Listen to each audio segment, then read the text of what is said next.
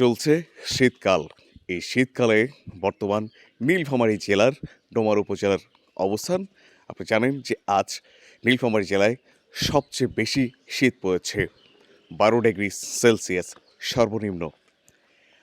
নীলফামারী জেলায় এই 12 degree Celsius নিয়ে সাধারণ জনতা কিভাবে বসবাস করছেন, চলুন জেনে আসা যাক।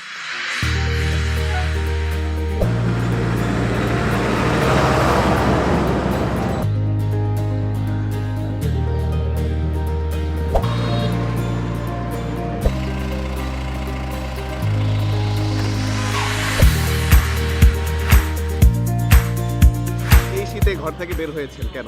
প্রচণ্ড শীত, তবুও পেটের তাগিদেই তো বের হতে হবেই। জীবনের প্রয়োজনে, পেটের তাগিদে, সংসারের প্রয়োজনে তো বের হয়েই। সব কিছুই আল্লাহ সৃষ্টি করছে, কিন্তু তারপরেও দুর্বিষহ অবস্থা। সূর্যের মুখ দেখা যাচ্ছে না, আরও হয়তো বা খুব কঠিন হয়ে পড়বে। তাই আমাদের এই উত্তরাঞ্চলের যে কর্মজীবন, জনজীবন খুবই দুর্বিষহ অবস্থা। তারপরেও আমাদের এইভাবেই বেরোতে হবে, এভাবেই চলতে হয়। বিশেষ করে উত্তরবঙ্গের অবস্থা এরকমই।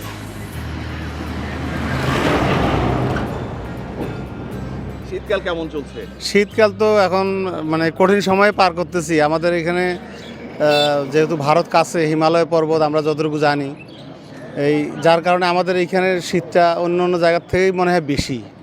খুব শীতের মধ্যে বের হওয়া যাচ্ছে না। আমাদের বিশেষ করে গরু, ছাগল, ছোট বাচ্চা, বৃদ্ধ, এদের খুবই কষ্ট হচ্ছে আর কি।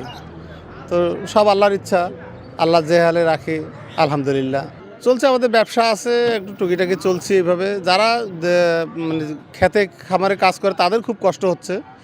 তাছাড়া যারা ব্যবসা বাণিজ্য আমরা করতেছি, আমাদের কষ্ট হলেও আমরা চলছি আর কি, আল্লাহ চালাচ্ছে। আসলে 12 ডিগ্রি সেলসিয়াস, যার জন্য আজকে মানে এই মাসের মধ্যে সর্বোচ্চ আজকে তাপমাত্রা কম, যার জন্য দেখছেন আজকে মানুষও কম এখানে চলাফেরা করতেছে। এটা যেহেতু একটা টার্মিনাল, যার জন্য এখানে কিন্তু অনেক মানুষের সমাগম হয়। দেখতেই পাচ্ছেন যে এখানে লোক সমাগম কম, যার জন্য মানুষের খুব দুর্বসহ দিন চলছে এখন। কষ্ট তো হবে, কষ্ট না করলে কষ্ট মিলবে। যতই শীত পড়ুক, যতই কুয়াশা পড়ুক, তাও তো মনে বাইরে হইতে মনে করো আগের থেকে, আগে গরমে কারে মনে যত ভাড়া হয় এখন তার থেকেও সীমিত। আর যেগুলো মনে করো অফিসে চলাচল করতেছে, ওগুলোর জন্য তো বাইরে হইতে হবে রুটে। না হলেও মনে চলে খুবই কম, কষ্ট করে চলতে হয়েছে। মনে যেটা মনে করেন 1 কেজি লাগবে, ওখানে 3 পোয়া নিয়ে গিয়ে খরচ করতেছি, হাফ কেজি নিয়ে খরচ করতেছি। পেট তো বাঁচাইতে হবে।